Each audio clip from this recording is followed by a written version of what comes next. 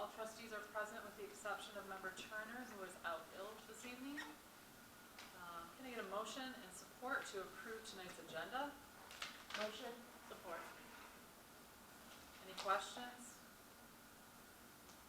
Hearing none. Wait, just 1 second. Did we add the committee structure? Yep. Letter F under information. Discussion information. Oh, there it was. Okay, thanks. Sorry. All right, all in favor say aye.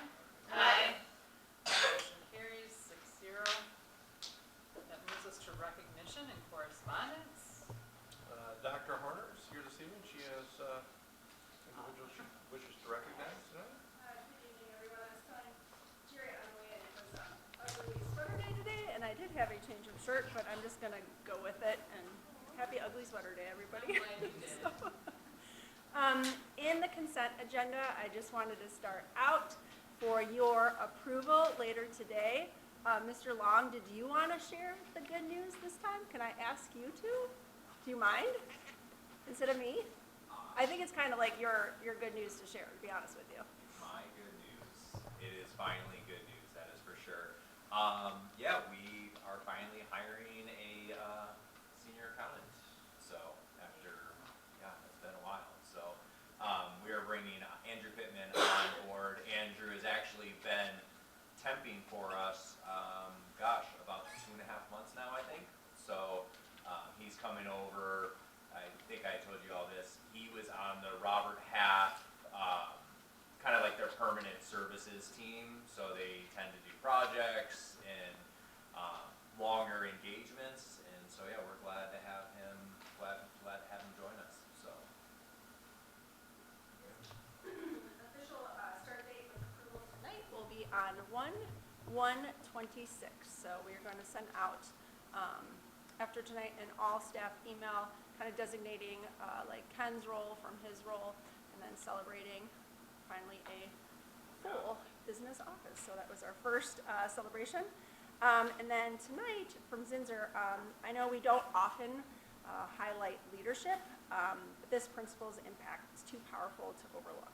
So in just 2 short years, Brooke's staff actually has been emailing me, and I wanted to give her a few affirmations tonight from your staff. So Brooke has made it her mission to create a school environment where both students and staff feel seen, celebrated, and supported. Brooke doesn't sit behind a desk. She shows up in classrooms, at the door, on the playground, on roller skates, always checking in and helping out. Whether it's a pizza party for a student who learned to tie their shoes or a surprise spirit day that lifts everyone's mood, she finds a way, big and small, to celebrate growth and joy. She recognizes her staff constantly through shout-outs, notes, and personal encouragement, making sure they know they matter. Brooke models what it looks like to lead a building with courage, creativity, and care. Her examples remind us that culture doesn't just happen, it's built moment by moment with intention and love. I thought that was perfect. So tonight I wanted to celebrate Brooke Johnston, the leader here at Zinser Elementary. So that was my celebration for tonight.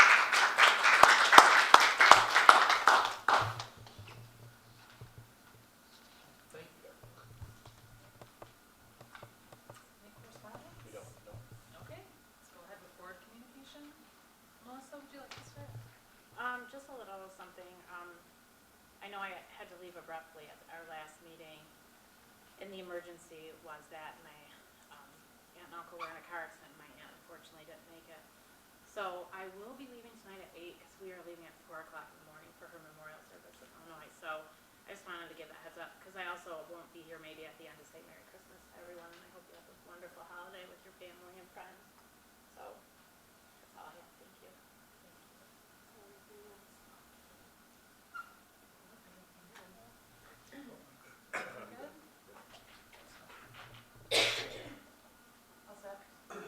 The only thing I had going on this week, I was able to catch our dance team at their first competition out at West Ottawa, and they looked amazing.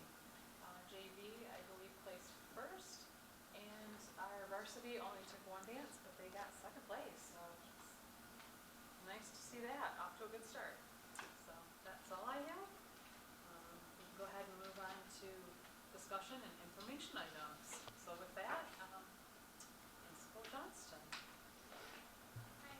Thank you for being here tonight and letting us share a little bit about Zinser. I promise you I'm not going to sing, but I couldn't resist the 12 days of Zinser, or the 12 ways, because there's so much that makes Zinser a special school. And I thought, well, if I narrow it down to 12, then we won't be here too long. And I promise it won't be super long, because I want to make sure that you enjoy this too. And I promise I won't sing. So 12 things that make Zinser a special school. The first is our staff. And if you look at all of the data that's listed, just something I want to highlight is altogether there's 445 years of experience in this building. And that's what makes it such a remarkable place. Our teachers work hard every day.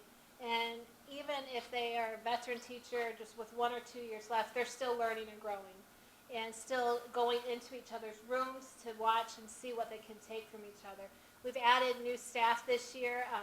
We also had our Christmas party tonight, so that's where everybody is. So, but I want to just make sure that you know their names. We have a music teacher, Julie Weber. We have 2 new resource room teachers, Naomi and Abby. And then a new K-Nights teacher, Sarah Greenwood. We also have Bailey Sarmiento and Shannon Hinshaw that transferred from Alpine. And you cannot tell that any of these teachers are new.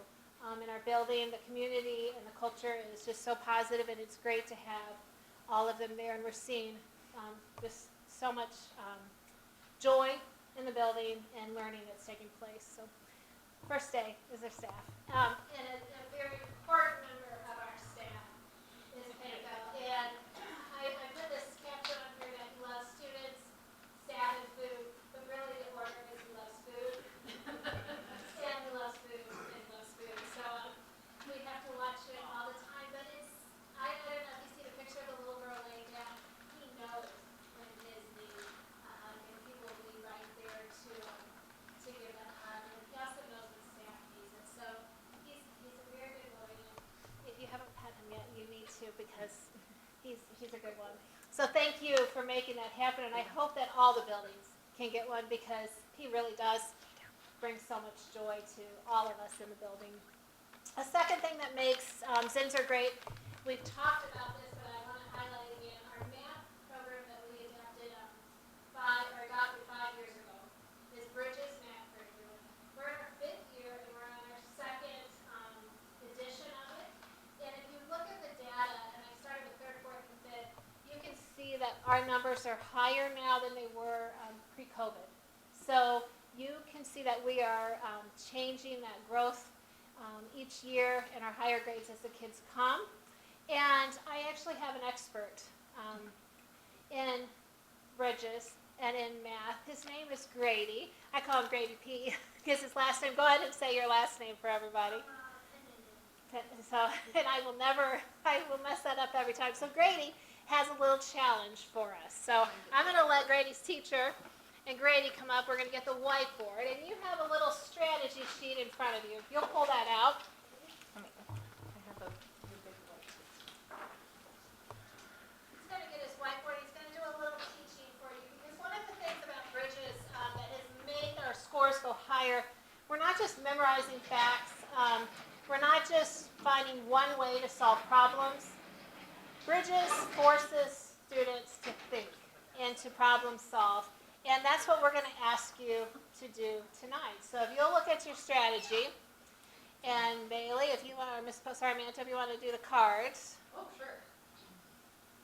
Okay, so we are first doing 50 times 22. I don't have the card out. But, so Grady, can you explain how you would do 50? Well, let's look before you Oh, explain. let's Look give at them your a second. strategy sheet. Which strategy would you use to solve that? We're going to give them a minute to think too, right?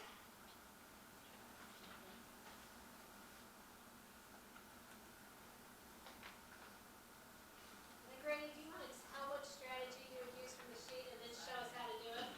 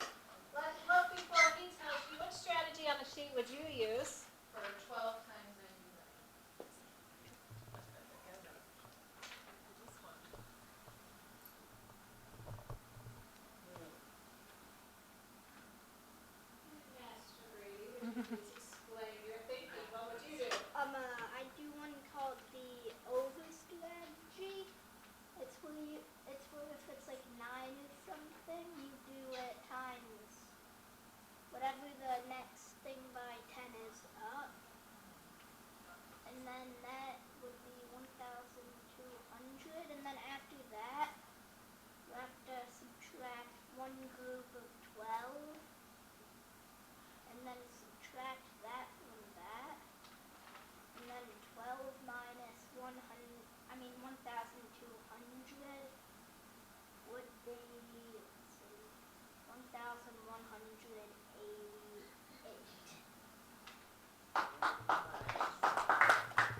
And the last one, look at the last problem. Which strategy would you use? 17 Let's let times 25 times 4. look at your sheet, see which one you would use, and then our teacher will teach us.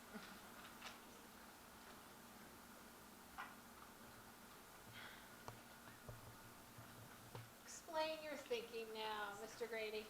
I forget what this strategy is called, but I changed the parentheses to be 25 times 4. So I know that that's 100. And then, like I said earlier, whenever you have an 100, you just add 2 place values. And that means I'd get 1,700.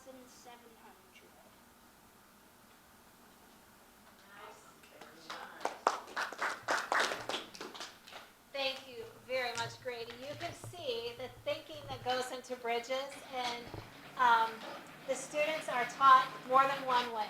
So I know when we were growing up, and some parents push back on this because they say, well, I can't help them with their homework because this is so much thinking. But the kids are able to explain their thinking, and if one strategy doesn't work for them, they try another. So thank you, Grady, for demonstrating all of that great thinking. So beyond math, we also have hair teams in our building. What we're trying to do here at Zinser, especially for our fifth graders, is prepare them for middle school. We want them to be the leaders in this building and learn. So we have jobs you can see listed on the left-hand side. They will raise the flag even when it's snowy and cold like today. Beyond that, we also have activities for kids to do. So every Monday, the fifth graders can do Mindful Monday and do some yoga. On Thursday, we have Thoughtful Thursday, and kids can say, well, I don't want to go to recess, I want to do a project. So they created Christmas ornaments for you. So take that home. Everybody has one in front. We're always looking for ways that we can give back to the community on Thursday. We took the group, the fifth graders, to Adventure Point for some leadership lessons this fall, and I'm hoping we can do something again in this spring. And we're seeing that it's making a big difference. I will tell a story of a student that got in trouble just for, there's snow out there. And there's a lot of fun to be had on the playground. And sometimes they don't make the best choices at recess when there's snow and ice and things. And the first thing, he was crying when he came to my office. He had never been to my office. And he said, does this mean I don't get to do my bus helper job? And I was like, you can still do your bus helper job, because that's the first thing he thought of was, I'm going to miss my opportunity to go and walk the kids out. So we want to make sure that there's some grace, but he loves his job, and the kids are growing into leaders. Another thing that makes Zinser special is the celebrations that we have, and we really have focused on that this year because we know that it motivates and it builds that community. Every week, Hanko celebrates the birthdays with students. Every student gets a book from our family council that they can take home. We do assemblies. We had a parent last month. We only let the parents that are the kids that are getting Student of the Month come to the assembly. And one parent said, well, can I come every month? Because these are so fun. We always look for ways to teach a character trait at the assemblies and celebrate together.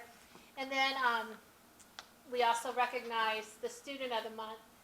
On the right, you see the Kids Who Cares. That's our motto. We're constantly looking for ways to pass these cards out to students. 3rd through 5th grade, they use these cards like money. Today they got to go shopping at the PBIS store.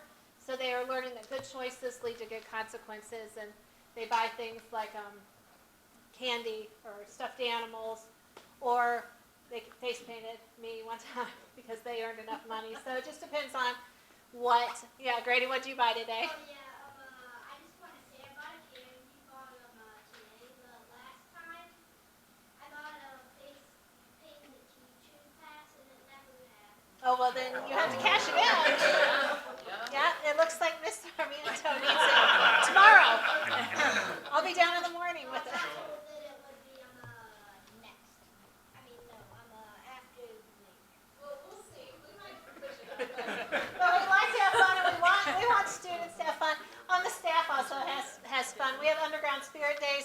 one little glimpse. We did anything but walking, which the kids don't know that we're doing these spirit days.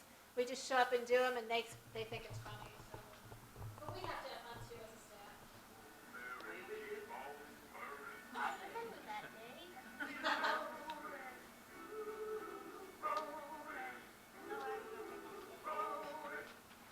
So just a quick glimpse, but we all like to celebrate and we all like to have fun, and I think that's what builds the community and helps us to stay motivated together.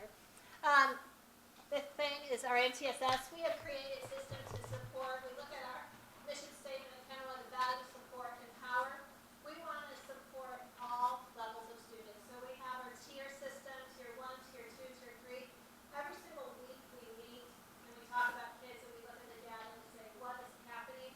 If you look at our data compared to from last year to this year, you see quite a few less behavior referrals. And I believe that's because of the systems that we have in place and the proactive response that we have to every student so they all feel valued.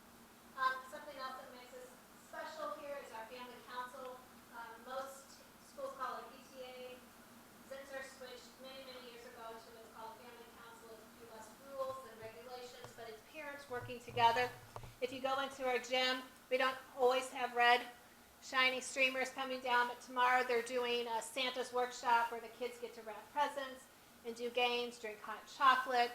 You'll see the list of things that they do to support our school. We know that helps improve our academics.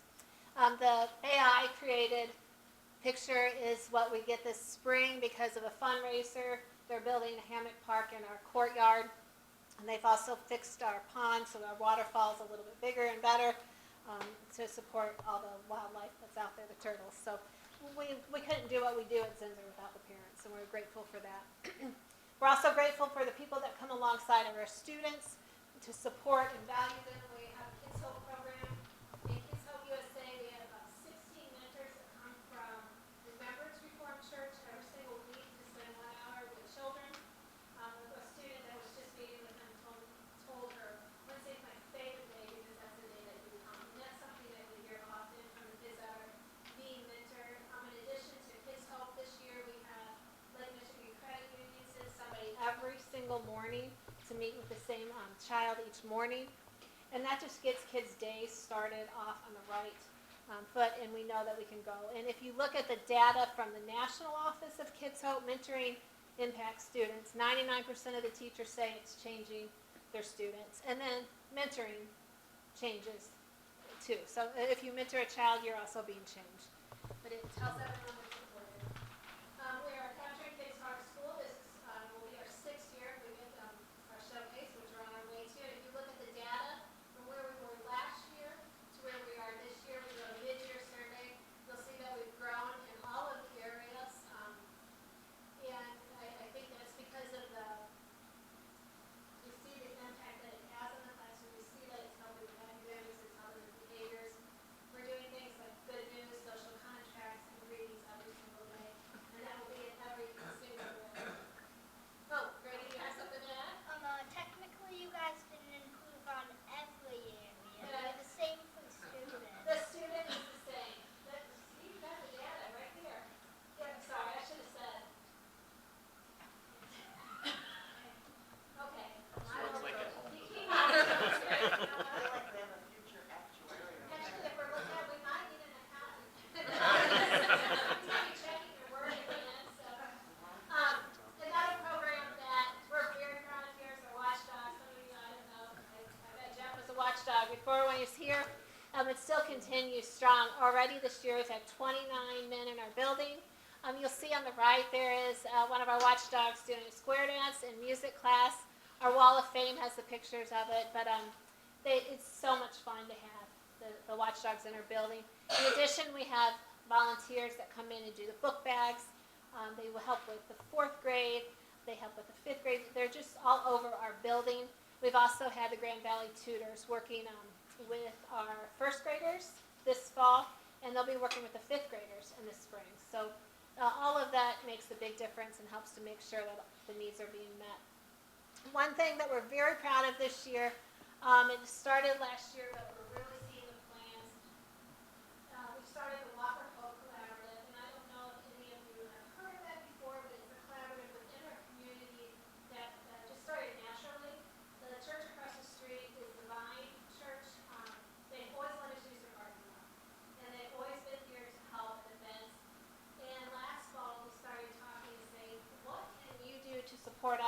can we do to support you? The idea grew that we should be supporting the community together. So out of that, we meet once a month with other nonprofits, businesses, schools, Granville schools, Kenowa schools, and then other churches too, to say what can we do to support each other. We did a survey through the city of Walker to see what is the greatest need of families in this area. And the food poverty, behavior, mental health are all issues, in housing are all of the issues that kept coming up over and over again. Out of that information, we've said, who do we need to connect with, and who do we need to partner with to support families? So we started, our goal this year is to have 4 family life events where we've invited families that we know are struggling, and we want to come alongside and support them so then their students can have that support here as well. So Thursday night we had our second event, and you can see the Grinch came and Santa Claus came. On the right we have baskets of household items that were all donated. Dollar General was one of our sponsors. Everyone went home with a gingerbread house. Sobe on the right gave everybody a box of meat and other food. There was other food bought from Meyer. And then all of those envelopes was an event, a free pass that families could go and do something together over the holidays. So give them some hope and give them some things to look forward to. And then we sent the kids to the gym to play on an inflatable that was donated, and the parents were able to sit in the cafeteria and get a message on supporting their kids with behaviors. So it was a chance to learn and talk together at every table. We have round table discussions, and we have mentors at each table, so we can make those connections that we know will make an impact later on. So it was a beautiful event, and we have 2 more this year, and just very thrilled to see what we can do together as a community to support families. Almost done, almost on the 12th day. I have to focus on reading, though. We have some great things going on with reading. I'm not going to read all of this, but you know that we have the 35-day grant, and we're already seeing impact from our kindergarten students from that grant, from the times that they've been able to work together. In addition, you know that we've also adopted the new curriculum. And the Bookworms curriculum, if you look on the right, is so motivating that our teachers even dress up for it as at Halloween. So that is their bookworm look, and it's kind of scary, but that's how much they love bookworms. I have a couple examples, and on the left, you'll see what writing looked like in first grade in September compared to what it looks like in December. If that's a move that's already happening, I'm so excited to see what it's going to look like by the end of the year. 4th grade, here's an example on the left at the beginning of the year compared to the right. Students are able to produce more writing because they're understanding the vocabulary, they're getting more of a chance to dig into the books, and we're seeing some great things. In fact, I have a reader here who's been working hard, and Maya can come up. You want to come right up to the desk? She is going to read to you a poem that she has worked on in 2nd grade. A chubby little snowman has a carrot nose. Along comes a bunny, and what do you suppose? That hungry little bunny, looking for some lunch, grabbed that snowman's nose and nibble, nibble, crunch. Nice job. Their classmates read every single day. They read out loud, they write about their reading, they study the sounds and words, and it's exciting to see the impact that's already happening this year. Thank you for sharing that, Maya. That was great. Maya, do you have a special place you like to read? Where do you like to read? Like a beanbag or a reading nook or a cushion in the corner of the room? Or maybe just everywhere?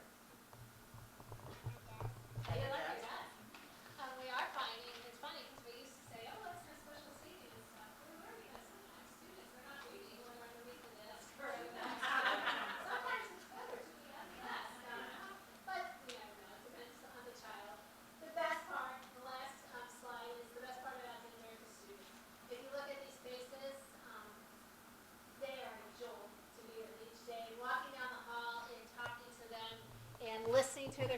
stories and teaching them. All of us love being with the students. So those are the 12 things that make Zinser special. Before I have questions, I want to show you just in the closing, this is a little clip of our music program last week. It's short.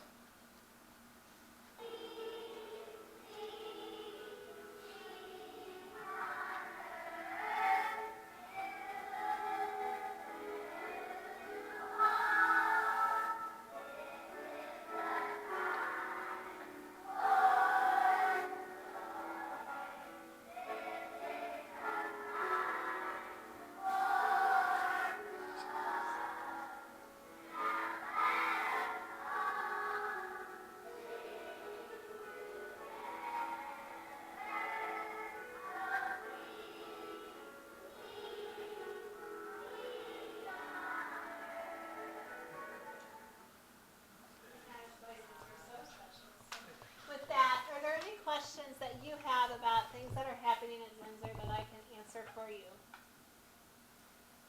What do you have growing over there? Well, that's an interesting question. So, Mr. Mr. Burkite, when he was here, he had fish and all of that. There's kale and other different plants. He can name them all for you. But when Mr. Burkite went to the middle school, we can't keep the fish alive. So he's going to. I know we put them in and they die. So there's some things that we have to get right with the water balance that we're just not getting right. So we kind of gave up on the fish a couple of weeks ago because it's sad when kids come down here to see their fish and they're floating every time. So that was his aquaponics. He might either take that to the middle school or spend a little bit more time coaching somebody that doesn't know aquaponics, but we'll see. Yeah, you might be getting this, Mr. Dodge. What did you say, Grady? I'm sure you did. Laying next to the filter. It's a filter. Yeah. You can come on, the fish are I see it. It's a calming spot when there's fish that are swimming, not when they're floating. So It's a cycle of life. it's a cycle. We're just teaching them all lessons. Absolutely. Fish come and go.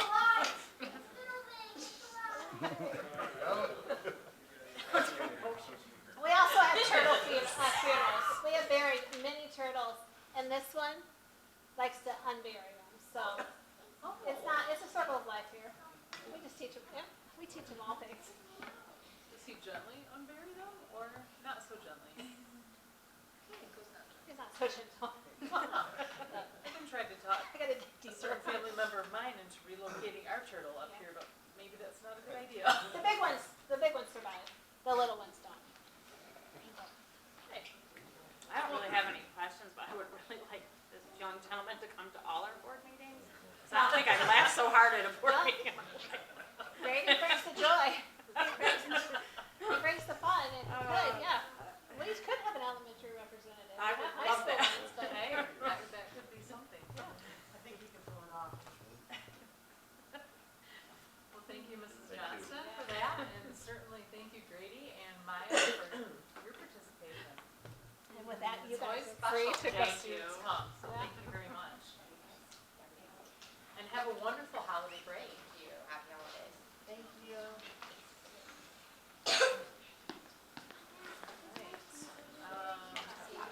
Our student representatives are off this evening, so we can move past B and on to C, to the Office of Teaching and Learning, with Principals Robron and Dodge this evening. With a little course proposal, you do have a tough act. Yeah, that wasn't easy. We one would to like to follow. be on it. Well, I think he's leaving, so. Bring him back. Yeah. I would guess that.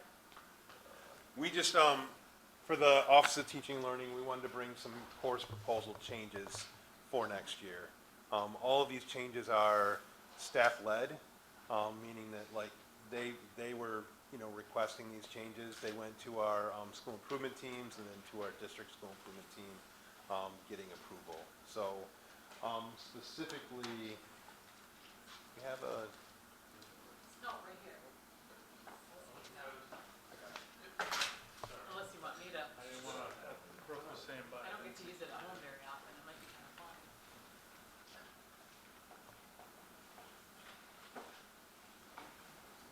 you go.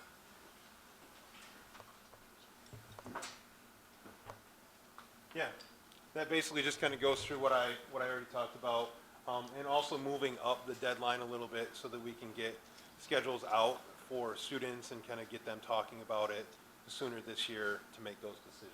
So the obviously aligned with the strategic plan, 7 course removals for the middle school, 3 course removals at the high school, and 3 course additions, with a note that physical education requests for gender-specific courses will be kind of talked about after that committee kind of meets. So the 7 at the middle school, 8th grade tech, computers 1, computers 2, computers 3, web design, team leadership, and journalism. All like low interest. I will say, like last summer when I was going through and trying to make schedules, like, 5 kids would pick like 8th grade tech as their 5th choice, and with having the STEM Academy, and then also a lot of the computers course, the stuff that's in that is kind of shifting into our 6th grade and 7th grade tech courses. Team leadership requested a little bit more than some of the others, but it's not a strong curriculum that kind of supports like what we're doing at the middle school. And the same thing for journalism. Like, I'd love for that one to maybe eventually kind of come back, but it just doesn't fit with the skill sets of our staff. And like, I think less than 10 kids had it in their top 5 selections for this year. So.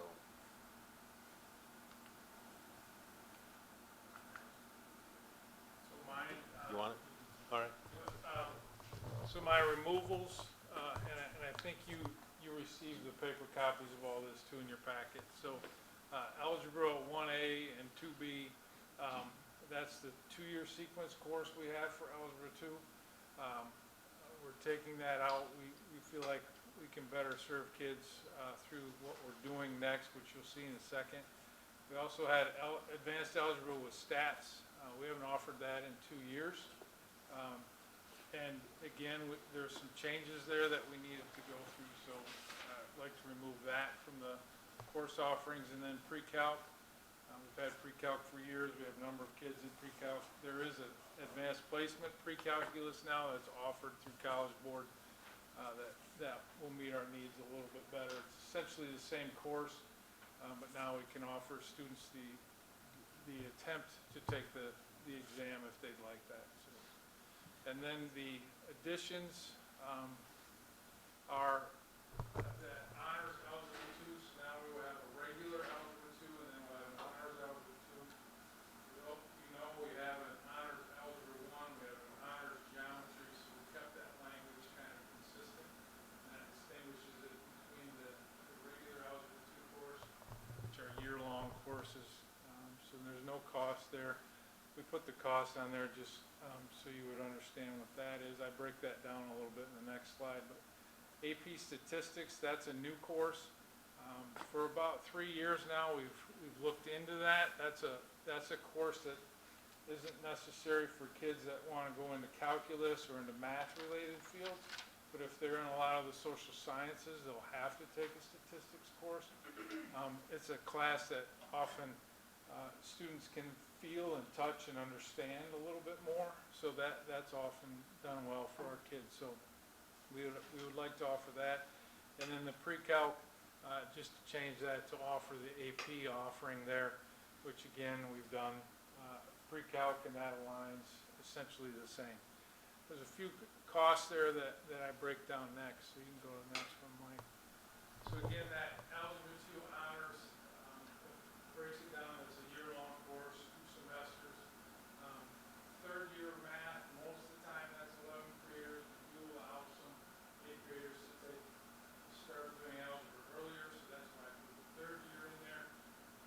And then from there, they can go into the AP Stats, AP Pre-Calc, AP Calc,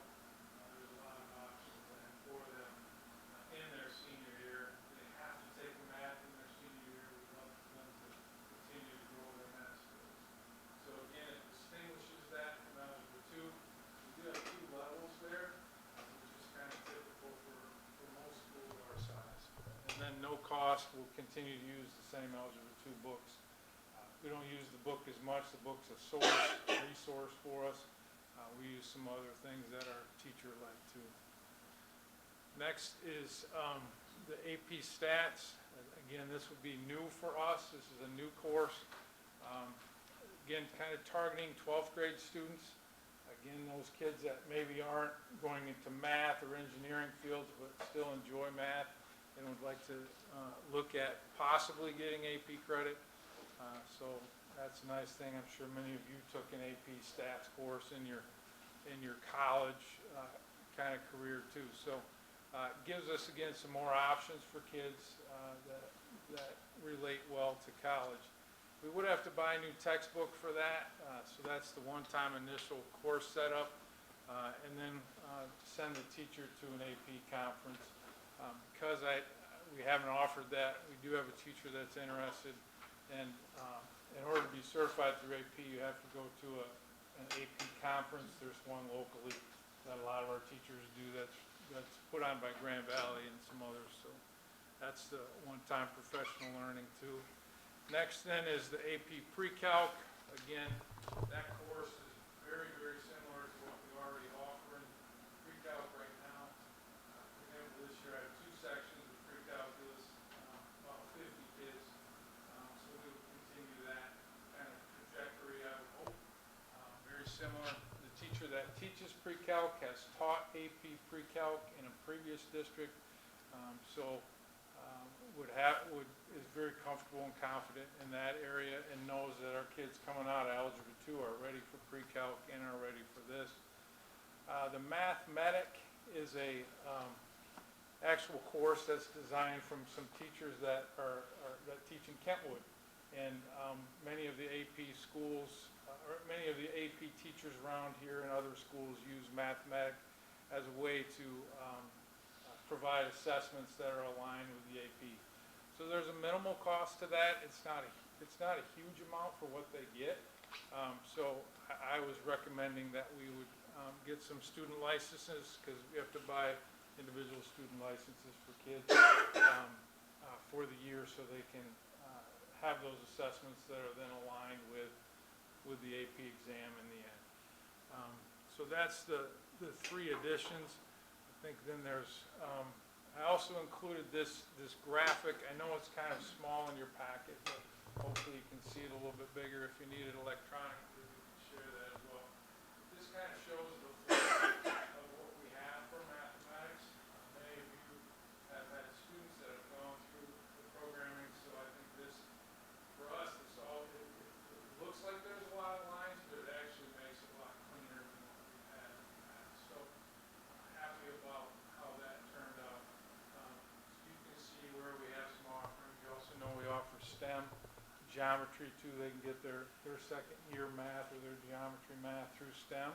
So we included that as well. The highlighted stuff are the new courses. And then some breakdown as to what that is and where they can go next. So wanted you to see that. And then I think we're good next, Michael. So just some talking points for Mike and I. These proposals for additions and subtractions are around when we do some parent surveys and student surveys, and also what is available in the state of Michigan curriculum. And then we also run these through our school improvement teams in our departments. And then we do hope to have our high school start scheduling in February. I'd like to do that earlier, so we can get that lined up. So hopefully, if you're in approval, then we can put them in the course proposal book, and off we go. February's coming, believe it or not. So, any questions for Mike or me? Otherwise, thanks. I should know this, but February is earlier than usual.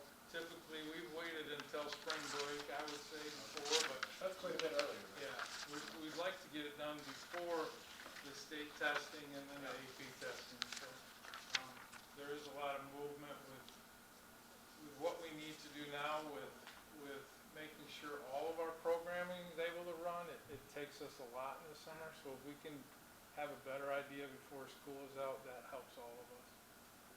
I I have one question, and I think it's just because I can't read it, No, honestly. sure, fair. No, really.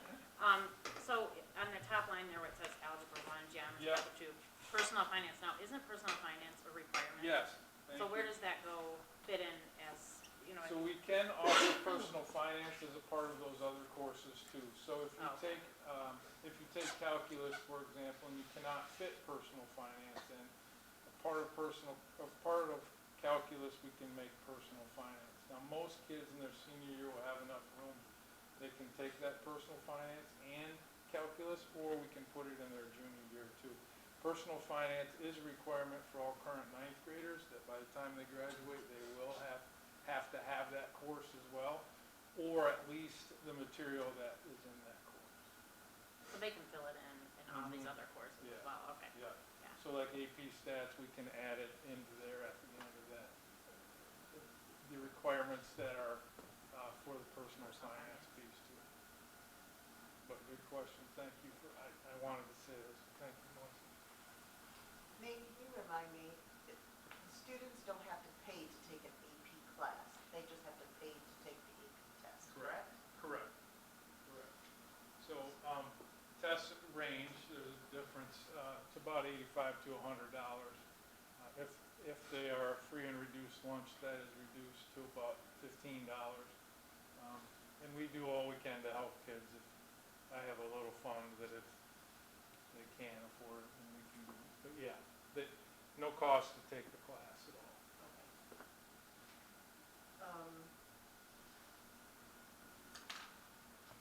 Mike, yeah, I had some questions about kind of getting rid of a lot of these tech classes and computer classes, because I mean, that's really where jobs are. And I think you answered those when you said that the 6th and 7th grade tech has most of the content from comp 1, 2, and 3. You said 8th grade tech, you don't see much. On the proposal to remove web design, you said that that's incorporated in other classes. Yeah, well, it's 6th and 7th grade tech, but also STEM 1, STEM 2, and STEM 3, so we'd still have those. Yeah, I'm just nervous when you say STEM, because STEM isn't available to everyone, right? It's a select group, you have to get in. that's STEM Academy, so STEM. Oh, that's different. Yeah, we still Okay. have STEM, like, yeah, we have so many elective choices Okay. at the middle school, so we still have STEM 1, STEM 2, STEM 3, at the middle school. Okay. So, and then STEM Academy And then STEM for, Academy. yeah, 8th graders, so. And then you hit on journalism. Was there any talk about moving journalism potentially to a high school elective? We have it on the books too by me, but I just don't get many that sign up for it with everything else that we have. Okay. And sometimes it's staffing too. I think part of what Mike has dealt with is having the right certification for those. So we have to be mindful of that when we are adding or subtracting classes. And we have some GLA teachers that would probably love to teach journalism, but we don't have room in their schedule to teach journalism right now. Yeah. You know, maybe in the future we might, but definitely not next year or the year after, so. Yeah, that one almost lends itself to a club, Yeah. you know, the student news. And that's where I do it. Yeah. Yep. Chase talks to you about that. Yeah. I'm so excited to see the stuff. Yeah. This question is more for the board. Are we voting on this on Monday? I mean, on January? I don't know why I said Monday, but I just wanted to make sure, because usually the stuff comes committee of the whole, and then we vote on it on the board meetings with the holidays and everything. And that gives you guys time to do what you need to do if we, If you have other questions. That's why I wanted to make sure we got it in before the new Yeah. year, so thank you. Yeah, and then I think we do vote on it as a part of the curriculum guide.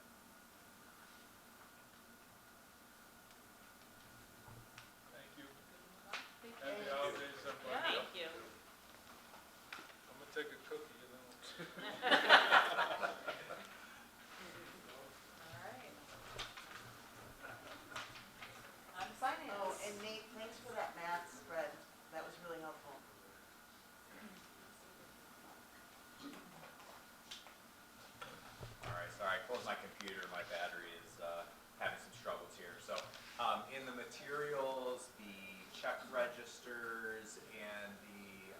schedule with the bond interest are both in there for you all to review.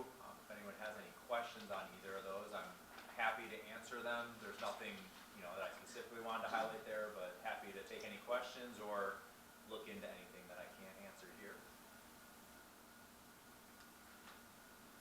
I think the bigger thing is probably an audit update while I know you all have been waiting patiently for an update on the audit, as we have also been waiting for an update. We actually heard from our auditors on Friday. They sent a list of items that they needed to move forward with. We have been working on that. I expect we should have everything back over into their court by the end of the day tomorrow. We have most of it done. We just have a couple of things we need to dig into tomorrow. But yeah, then we'll send it back over to them, and then we'll see where we're at. So this was manageable. So it was kind of, we really didn't know what to expect. So I think that was manageable list. So I will Any keep new or known issues at the moment? it's a lot of the same stuff. And honestly, like it all, I won't say all, but a lot of it stems back to the timeliness of reconciling accounts, which can just snowball because it makes it hard to find what's going on. So I would say that's the biggest. Yeah, I would imagine we'll get some kind of letter as Oh, a yeah. result of the closing process, Oh yeah, for sure. I would be shocked if we did not. but not so severe that it would change like the audit opinion that gets you funding or whatever. They would have a, material weakness or, whatever that happens to be. And then really what you have to do is just a corrective action plan, right? So by next year, you have to show that you have the process. I mean, we already have things, is it 100%? No, but we are caught up significantly in the new year and working on putting those processes in place. So I think especially with having Andrew on board and then just some of the other support we have through the other temps, definitely feeling better about things, but it's kind of like that new starting point going forward. So But the numbers will be good as of now, correct? looking back, Yeah, You're this saying last audit. for the last numbers audit. should be material. Yeah, I mean, we're still working through a few things, but That's yeah, enough. I actually have a question on check register. of course. It'll be quick, I suspect. So you look at the first litany of transactions.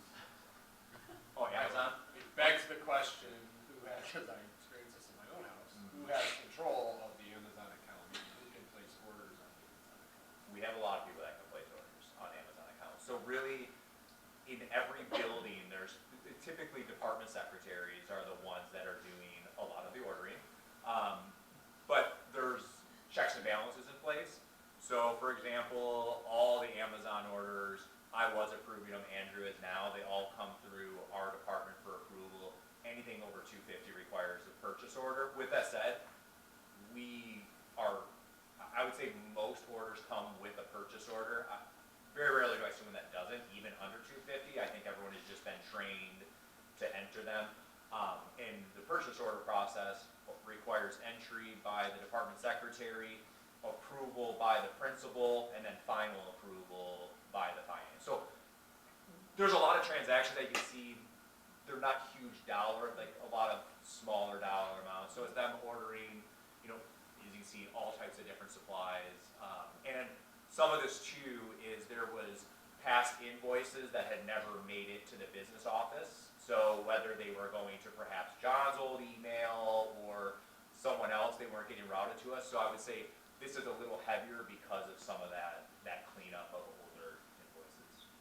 So I gotta ask, just so I wanna read that. So how do we pay functionally? Is there a district credit card that's attached to the Amazon account? It's a check. This is actual checks. Yeah, no, we don't have anything where it just auto pulls. Okay. We are actually That sending. allows for the process you described. Yeah, Okay. exactly. Yep. So it's a lot of check. I mean, it is it is the volume. Well, they all require a check and a PO, at least there's rigor attached to the Correct. process There versus is. just a pull from your bank account. Correct. Yep.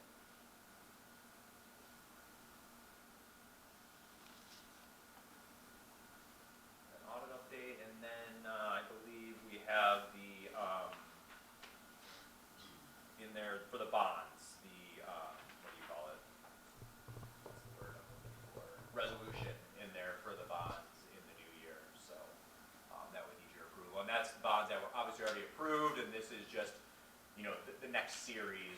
to fund the next round of projects that we are working on, so.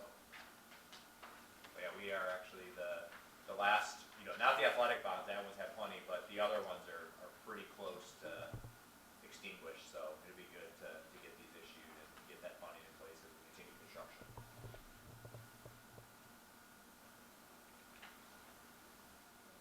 Any other questions? Do we want to talk about your new hire now, or when we get to,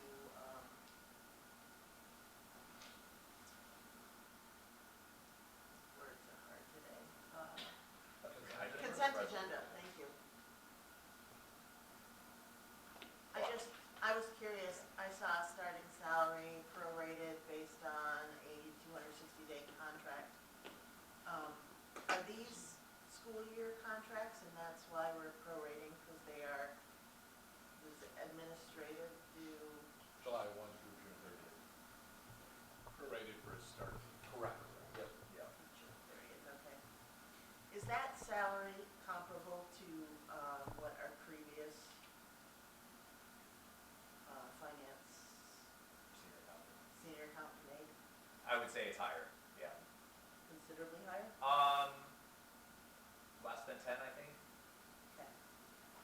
roughly. Good.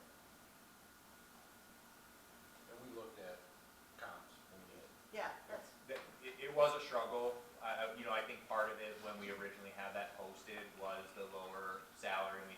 I think we kind of talked about it here a little bit, and we obviously talked about it internally, and as we worked with some of the agencies. But yeah, when we got to that point, we went out and got comps. Luckily, through Kent ISD, it's usually easy to get a lot of that information to see what other folks are making.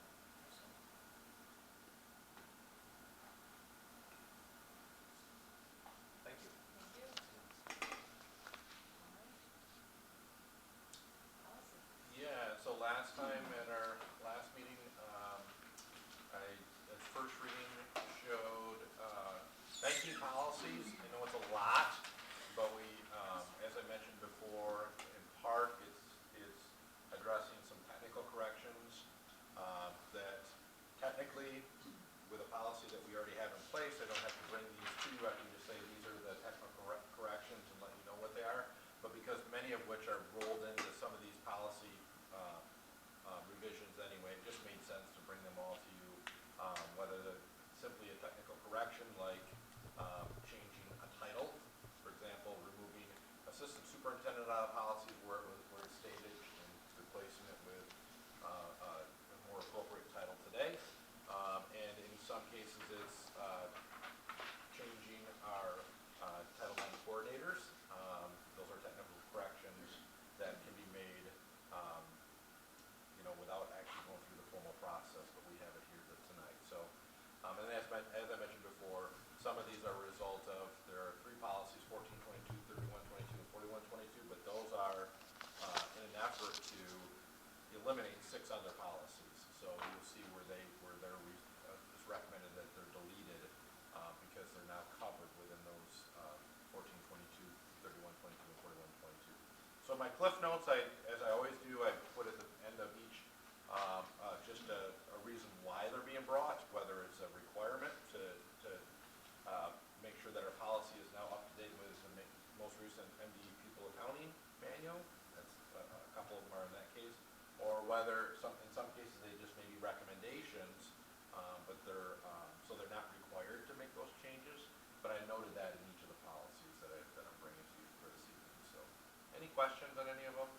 Have it as an action item later in the agenda. So. Jerry, Yes. maybe I should know this, but who, Director of Operations? Yes. Juan? Oh, at facilities? Yes. Okay. Got it.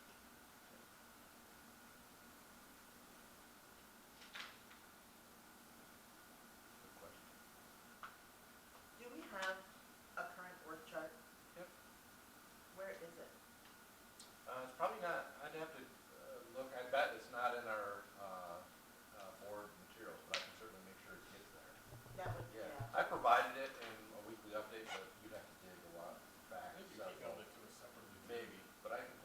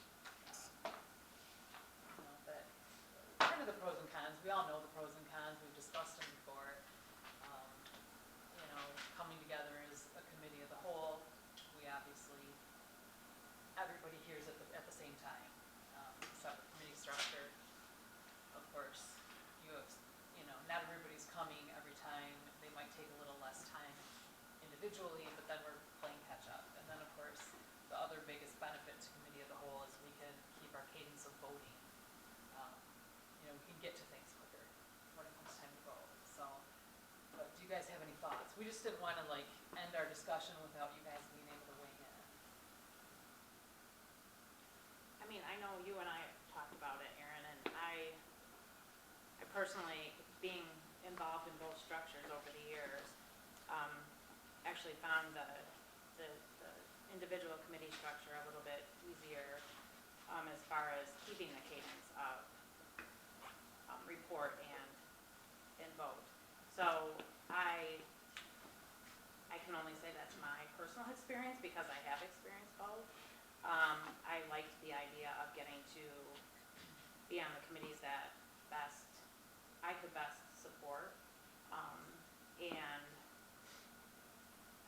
I just wanted to relook at it. I think it's something we should, again, being involved with both, I feel like the separate committees were a little bit, had a little bit more rigor than the committee of the whole. And sometimes those committee of the whole meetings can last extremely long. A lot of people are tapped out. I know that towards the end of the meeting, and I know that when we met individually, it was maybe at 45 minutes to an hour, maybe. And it was an hour's stretch. I mean, it was 45, and it was very like to the point. This is what we have. This is what we're doing. You know, and it just seemed very. Now, maybe the reporting of each committee could change or use a little upgrade from when we did it before. But that's something to talk about if we even want to change. But I'm very. No, I'm just gonna say it. I like that structure better. I'm of course I'm a team player to stick with committee of the whole, but I really do like that individual structure better. I think, yeah. So, and those are kind of my reasons why. Yeah. How anybody else feels who got to experience both structures, but that's where I'm at with it. Yeah, like Corey and I think and Mark are the only ones that have never experienced individual committees, so we really can't speak for that. I think there are pros and cons to both, for sure. I think that splitting up for committee meetings like that probably could save time here and there, maybe feel a little easier. I still think there's more value in doing it this way. I think everyone's here for all the information. That's kind of how I always felt about it. I felt like I was missing pieces when I wasn't a part of one of the committees. But if you must decide, I'm happy to go along with the group on that. Yeah, I mean, I'm honestly fine with either way. Whatever the group wants to do. Now, Jerry, you had mentioned that you thought voting took longer to get to the vote when we had separate. Well, I think it was Structure. talked about last Wednesday, just because we, unless, That would be my biggest concern Yeah. with going back.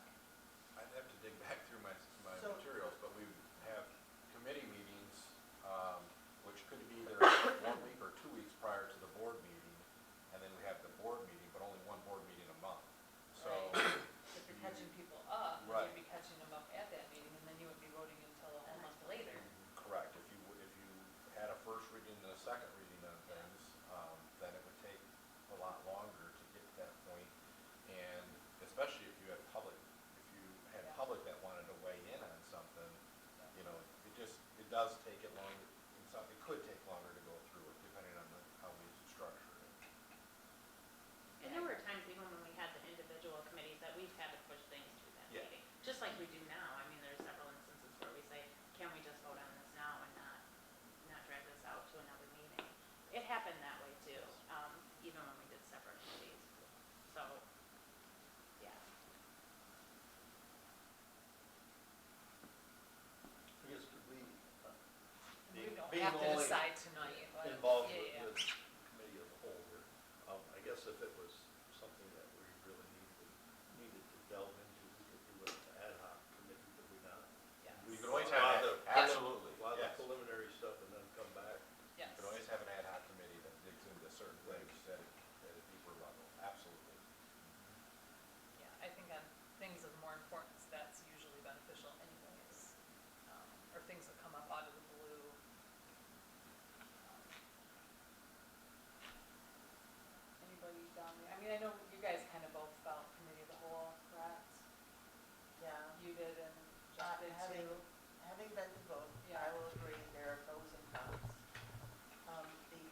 that I had with I'm the question asker, so it was tough for me on the committees that I wasn't part of.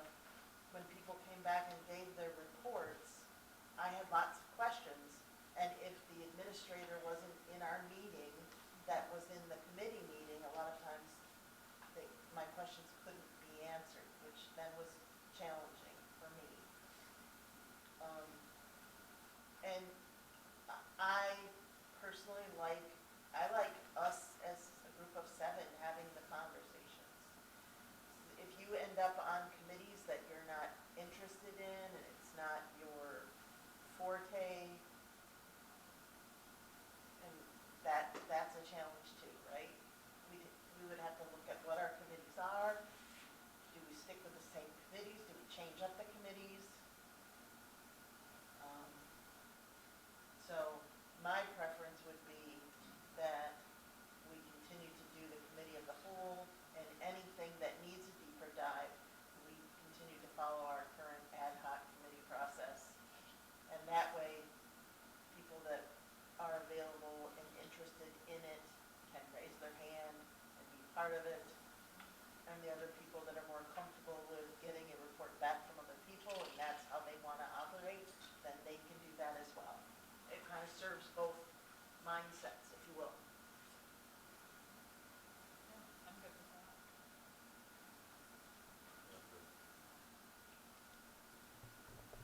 All right. Well, maybe next year, Melissa. Yeah, I'm giving up on that. I'm good. Julie, as she does every year, at this time, has put together a proposal, like proposed meeting dates. I'll include Yes. that in my weekly update as well, so you can Look at it. look at that, and when we come to our organizational meeting in January, kind of see what that looks like following the similar cadence that we had this year. Okay? Sounds good. Thank you. That brings us to public comment. There's none, okay. Well, let's move on to action items.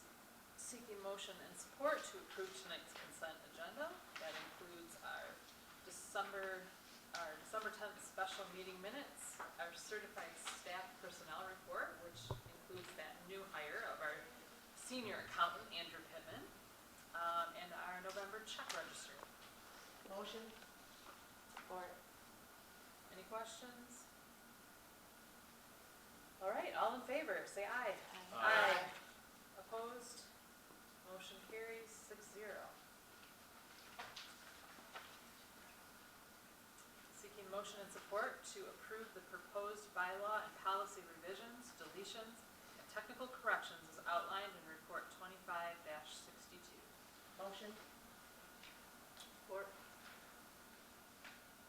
Any questions? All in favor, say aye. Aye. Opposed? Motion carries 6-0. And finally, seeking motion and support to approve the resolution authorizing the issuance and delegating the sale of 2026 school building and site bonds Series 3, report 2462. Motion? Support. Any questions? All in favor, say aye. Aye. Aye. Opposed? Motion carries 6-0. Future items for consideration includes just one meeting, which is, of course, our organizational meeting in January. And the rest of the meetings, of course, will be coming. This is the last meeting of the year, everyone. That seems just wild. That brings us to go around. Julie, anything? Happy holidays. Ken? Sure, happy holidays, yeah. That's good, yeah. Tracy? The same. Happy holidays to everyone. Hope you enjoy the long extended time with your families. Same, and I will be in the office on Monday and Tuesday of next week if you want to catch me there. After that, I'll be taking vacation time and holiday time to be with my family over the holidays. And my wife and I have an anniversary over the holidays as well, so we'll do a little bit of anniversary celebrating as well, so. How many years? 29. Nice. 29. Congratulations. Thank you. We share that. We're a January